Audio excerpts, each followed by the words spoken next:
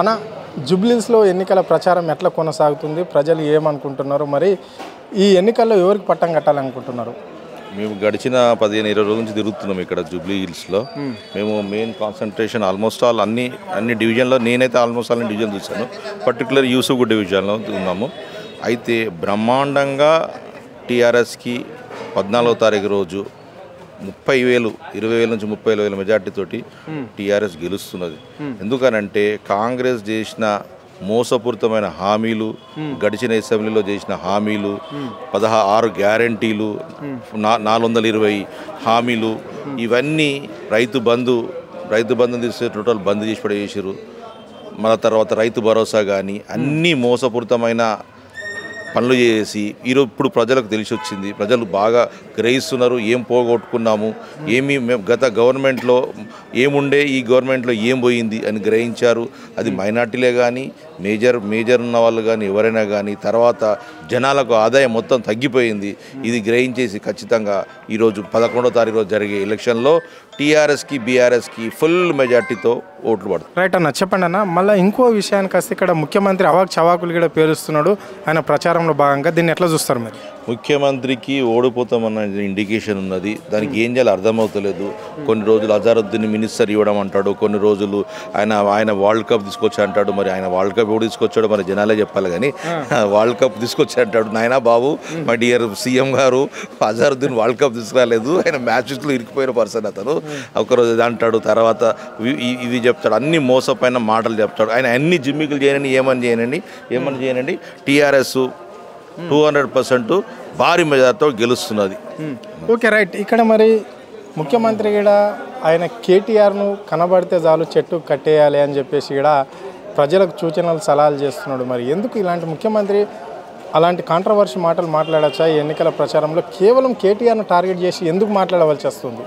KTR municipal administration minister, urban minister ఉన్నాడు అని చెప్పేసి మొన్న దాంట్లో తీశాడు. కానీ బాబు నాయన అండరు కేటీఆర్ ముఖ్యమంత్రి గారు, కేటీఆర్ గారు మంత్రి ఉన్నప్పుడు అర్బన్ డెవలప్మెంట్లో ఎన్ని పనులు అయినాయో మాకు తెలుసు. దగ్గర నుంచి 20 ఫ్లైఓవర్లు వేశారు. తర్వాత నాలా వర్క్స్ జరిగినాయి. తర్వాత మళ్ళీ ఇంకోటి చాలా అభివృద్ధి కార్యక్రమాలు జరిగినాయి. మొన్న మా కేటీఆర్ గారు ప్రజెంటేషన్ ఇచ్చారు. దగ్గర మన ఈ జూబ్లీహిల్స్ కాన్ఫరెన్స్లో ఎన్ని పనులు అయినాయి.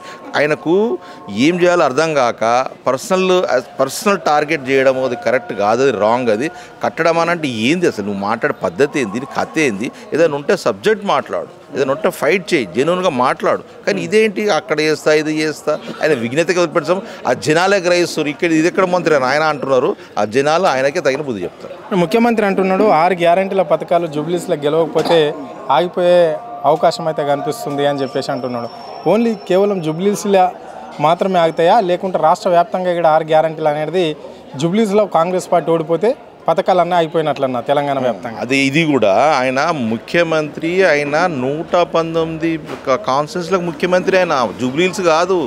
జూబ్లీహిల్స్ ఒక బై ఎలక్షన్. అది ఒకటి ఏమంటారు, మన అసెంబ్లీ ఎమ్మెల్యే అకాలంగా చనిపోయినందుకు వచ్చిన ఎలక్షన్ అది. నువ్వు దాన్ని పట్టుకొని నువ్వు ముఖ్యమంత్రి దీనికి ఓడిపోతే ఓడగొడితే మొత్తం బంద్ చేస్తానని ఎక్కడ వరకు నువ్వు ముఖ్యమంత్రివా లేకపోతే ఇంకేమన్నా? ఇది టోటలీ రాంగ్. నీ విజ్ఞతకు నీ నాలెడ్జ్ ఎంత ఉందో దీన్ని అర్థమవుతున్నది. అంటే జూబ్లీహిల్స్ నువ్వు కాంగ్రెస్ పోయిందని అంటే 118కి బంద్ చేస్తావా? ఇక ఇది ఎక్కడ పద్ధతి? నువ్వు ఏమని వాగ్దానం చేసావు? ఏమని ముఖ్యమంత్రి నువ్వు? 119 వాళ్ళకి ముఖ్యమంత్రి నువ్వు. మొత్తం అన్ని చూసుకోవాలా లేకపోతే ఒక్కటి?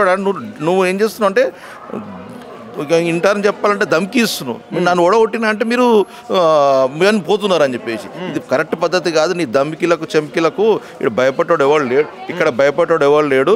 బాబు నాయన ముఖ్యమంత్రి గారు ప్రజాస్వామ్యంలో ఉన్నాం. ప్రతి ఒక్కరికి ఓటేసుకున్న రైట్ ఉంది, సెలెక్ట్ చేసుకున్న రైట్ ఉన్నది. ఈ దమ్కిలకు చెంకిలకు భయపడ్డాడు ఎవరు లేడు.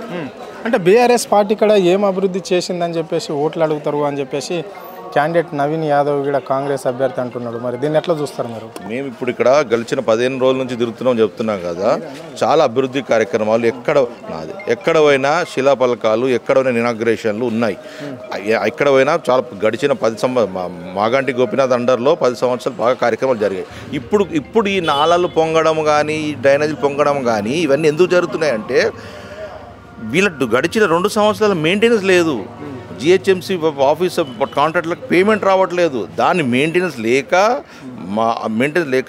ఈ ఇట్లా జరుగుతున్నాయి. ఇది ఏంది ఊకడం కానీ, రోడ్లని చెత్త ఉండడం కానీ, తర్వాత మా డ్రైనేజ్ పొంగిపోవడం కానీ, ఆ కాంట్రాక్ట్లకు పేమెంట్, స్ట్రీట్ లైట్లకు కాంట్రాక్టర్ పేమెంట్ లేదండి. స్ట్రీట్ లైట్ కాంట్రాక్ట్లో పేమెంట్ లేదు. వాడు పని ఎట్లా చేస్తాడు? వాడు కూడా పిల్లలు ఉంటారు, వాడు ఎట్లా పేమెంట్ చేస్తాడు? అది చిన్న కాంట్రాక్టర్స్ వాళ్ళ పేమెంట్ లేదు, పనులు ఎట్లా చేస్తారు? నువ్వు ఫస్ట్ అయితే ఇది మాట్లాడు. 10 సంవత్సరాలు ఏం చేసామో ఆల్రెడీ మా కేటీఆర్ గారు మొన్న చూపించారు. ఈ గడిచి ఏంది సింపుల్ చెప్పాలి, ఒక్క వర్క్ శాంక్షన్ కాదు, ఒక్క పేమెంట్ రాదు, కాంట్రాక్టర్స్ పేమెంట్ లేక ఈ దుస్థితి ఉన్నది కాంగ్రెస్ 2 సంవత్సరాల పాలన. సో ఇంకో విషయానికి వస్తే ఇక్కడ నవీన్ యాదవ్ కూడా అవాకులు చవాకులు కూడా పేల్చడం అనేది జరుగుతుంది. మరి ఎందుకు? ప్రధాన కారణం బీఆర్ఎస్ పార్టీని చూస్తే ఇంత బీఆర్ఎస్ నాయకులు ఎవరు కూడా నేను అనుకుంటే ఇళ్ళకి పోరు అని చెప్పేసి కూడా ఆయన అంటున్నాడు. అనడానికి ప్రధాన కారణాలు ఏంటి? ఎందుకు అంత టెంప్ట్ అయిపోతున్నాడు ఆయన? నవీన్ యాదవ్ గారు మరి నాకు తెలిసిన మట్టుకు ఆయన చరిత్ర మంచిగా లేదని చెప్పి తెలుసు. కానీ మరి అంత ఫ్రస్ట్రేషన్, ఓడిపోతున్నామన్న ఓడిపోతున్నామన్న ఫ్రస్ట్రేషన్ ఉండేసి అట్లా పర్సనల్గా మాట్లాడడం కానీ, నీ ధమ్కీలు ఇవ్వడం కానీ, నీ రౌడీయిజం ఇక్కడ పనికిరాదు. మనం ప్రజాస్వామ్యంలో ఉన్నాం. ప్రజాస్వామ్యంలో ఉన్నప్పుడు ఈ ధమ్కీల కార్యక్రమం, ఈ రౌడీ మాటలు, రౌడీ రాజ్యాల మాటలన్నీ ఎప్పుడో కాలం చెల్లిన ఇవన్నీ ప్రజాస్వామ్యంలో ఉన్నాం. జనాలు ఎవరు అనుకోవాలో వాళ్ళని ఖచ్చితంగా అనుకుంటున్నాం. చివరిగా చెప్పండి అన్న, మీ అభ్యర్థి ఎన్ని వేల ఓట్ల మెజార్టీతో గెలవబోతుంది కాన్స్టిట్యున్సీలో? గతంలో వాళ్ళ హస్బెండ్ మాత్రం 15,000 ఓట్లతో గెలిచాడు. ఇప్పుడు ఈమె ఎన్ని వేలు? పోయినసారి మాగంటి గోపీనాథ్ గారు 16,000 మెజార్టీతో గెలిచారు. ఇప్పుడు ఇంకా ప్లస్గా, ఎందుకనంటే కాంగ్రెస్ బీజేపీ ఓట్లు కూడా ఇంకా షిఫ్ట్ అవుతున్నాయి. ఖచ్చితంగా 20,000 నుంచి 30,000 మధ్యలో ఖచ్చితంగా భారీ మెజార్టీలో మేము 14వ తారీఖు రోజు భారీ ర్యాలీ తీస్తున్నాం. Okay, right.